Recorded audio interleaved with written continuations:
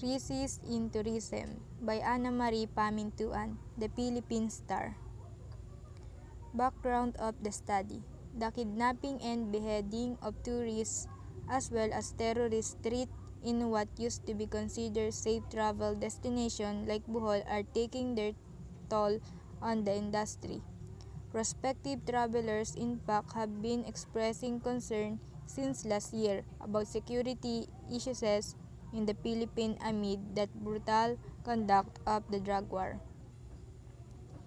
He should order the head of relevant agency to go on crisis mode amid the spate of travel advisories issued by the country's top travel market.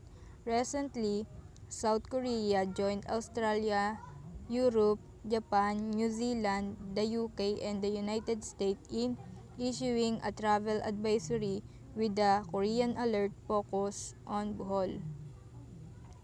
We should be comforting the crisis decisively, especially because safer travels destination with similar tourist attraction beacon in Southeast Asia. Alejandra Dading Clemente, Raha Tour Philippine Chair and Grand Dame of the industry, is arguing the Department of Tourism to launch a very aggressive PR campaign overseas to counteract the impact of the travel advisory and negative news about the country. We wish to convey to you that the feeling of apprehension of the private sector of the tourism industry, Clemente wrote, adding that the travel advisory were starting to take their toll in industry.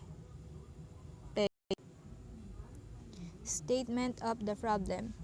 This study aims to resolve the common issues about the Philippines travel industry, especially for the traveler's safeness, where safety is a person's most basic concern when they are elsewhere. Media has affected the image of the Philippine tourism industry by reporting on beheading, kidnapping, and other terrorist activity that took place in Philippine destination, particularly in Bohol, Cebu, and other places in Central Visaya, which in turn gave perception to tourists that the Philippines is a dangerous country. That's why travel industry is asking for President Duterte help to give priority to tourists as it is one of the sector that help to the economic growth. Alternative courses of solution. Tourist safety should be prioritized. Make them a prospective responsibility. Assign someone to double-check the tourist luggage. Tourist safety should be prioritized.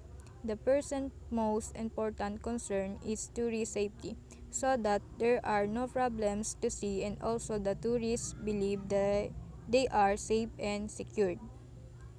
Make them a respective responsibility. Must be ready for whatever happen around.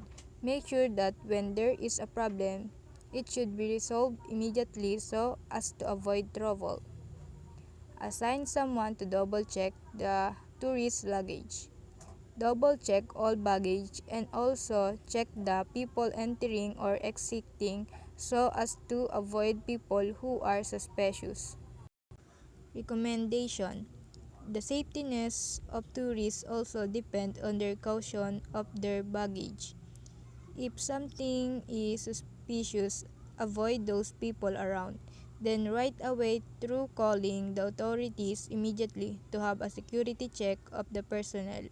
In double checking the luggage, after all it is the most valuable thing that you have been traveling. Tourists should be conscious and caution every time, especially if it's a first timer in traveling. In private sector, sole proprietorship, we should build a private restaurant or private store to make them more secure even when eating and prevent them from leaving. And in public sector, police enforcement, we need a patrol hour to make sure people are safe when there is a patrol around.